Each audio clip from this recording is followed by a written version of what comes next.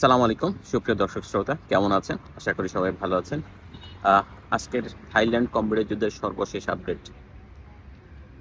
Donald Trump তার যে ভ্যাকেশনে আছেন, তিনি তার সামার ভ্যাকেশনে আছেন। তিনি স্কটল্যান্ডে তার যেই কটেজ রিসোর্ট আছে, তিনি সেখানে আছেন।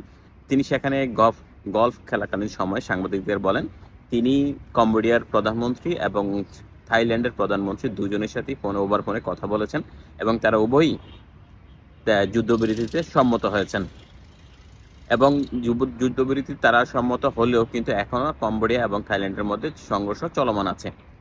তো এই যেই আজকে যে উদ্যোগ আছে, এই উদ্যোগের মাধ্যমে জানা যায় যে থাইল্যান্ড এবং কম্বোডিয়ার যুদ্ধ খুব শীঘ্রই বন্ধ হতে চলেছে।